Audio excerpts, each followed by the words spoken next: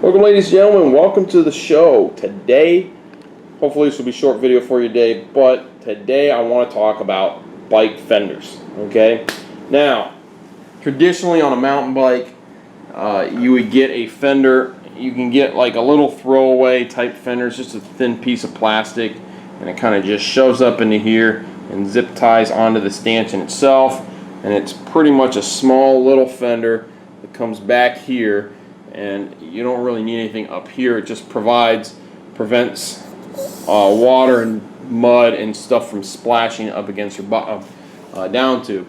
Most mountain bike riders don't really so much use a fender here, but you can get small little fenders that clip in here, mostly because of suspension travel.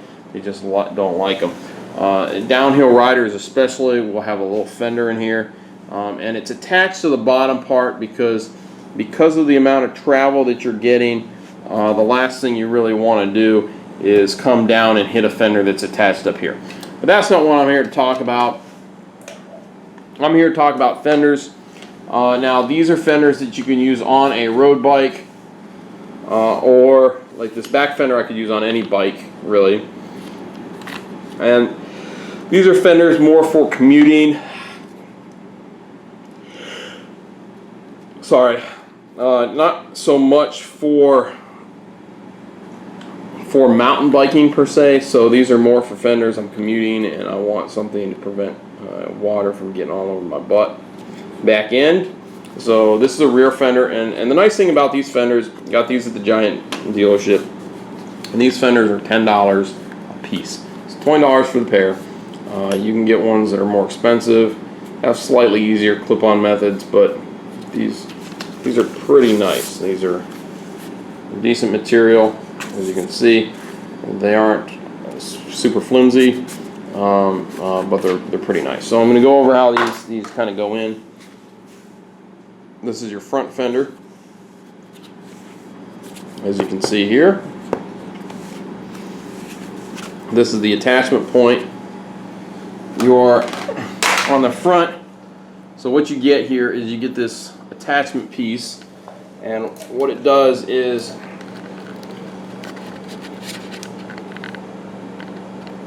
it goes up in here, pushes up into the fork, into the tube area, because that's hollow up in there, and you have this little screw in there, and it compresses this washer down on itself and pulls it in, spreads it out, and it's a compression fitting, and it locks itself in there.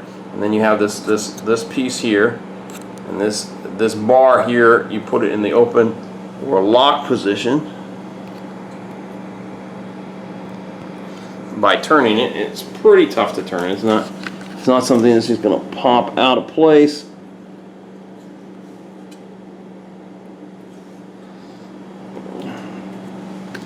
One second here, folks.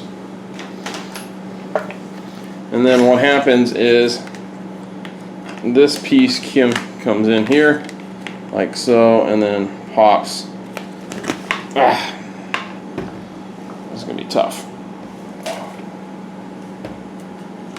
And then this pops in like so. Okay? So give me one moment, and I'm going to install the fender. It's kind of hard to do with the camera, so I'm going to install this fender. I'm going to install the back fender, and I'm going to show you what they look like. Okay, folks, that's what it looks like on.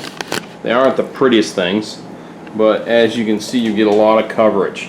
For a mountain bike, that's kind of important. You're not going to really so much use these on a road bike as you would on a mountain bike. Now, right now these are a little loose. I didn't fully tighten them down just because I want to be able to take them off. I'm not going to use these all the time. I'm not going to use these for trail riding. This is mostly for if I'm riding the road and I'm deciding to commute using this bike and it's really muddy and dirty and wet out. Okay, so this piece here, to show you, I had it kind of clamped really tight. That pops over like this, and then like so, and it releases it and allows this to pop down. Okay, so like I said, it's not really in there, so they're not going to just I'm not gonna be able to pop it out with one hand. It's kind of a little tough, but if you're using two hands, you don't got a camera, these are very easy to install, uninstall, do whatever you got to do. So very easy, a lot of coverage. You get a little bit of coverage up here front, a lot of coverage in the back. Back one's a lot more easy to install, just because as you can see here, this clamps onto the seat post, and you don't have to really clamp it on the seat post. As you can see here, I got this clamped onto the tube itself.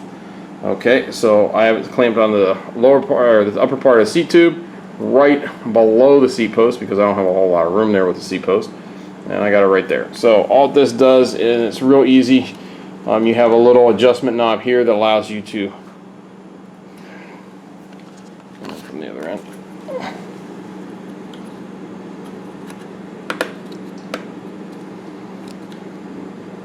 that was tightening it, sorry. So you have a knob on the other end, allows you to loosen it, and then it can adjust up and down. Okay, and then it unstraps from here. It's just kind of a little quick release, and then that pops off like so, and it comes off. Let me set my bike back up because I want to show you kind of how this works. As you can see here, you got this little adjustment knob here. This is going to be tough with one hand. I can see it now. Let's see which way I got to go.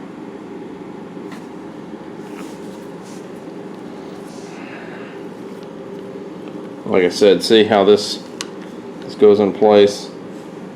This straps down like so. It's got a piece of rubber in here. You could probably take the rubber out if you needed a little bit more room. The rubber is there kind of to protect the seat post, especially if you have a carbon fiber seat post. So the last thing you want to do is mess up your seat post. The nice thing is that this here is nice and big, really good. One second, let me pause this for a second and see if I can loosen this up. I have it tightened pretty tight. Wow, so I over tightened this like by a lot. So I had to get out a pair of channel locks to loosen this. Okay, so as you can see, this will move like this, which allows you to adjust the angle that the actual fender is up and down.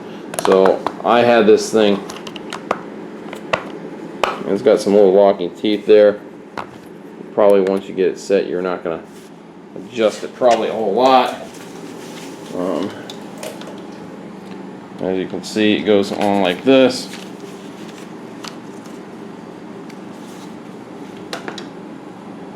Like so. And you can attempt to get this on with one hand here, folks. There we go.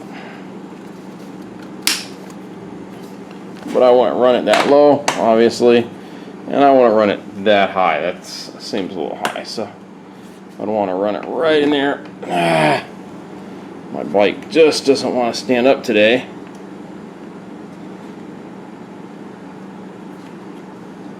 Like so.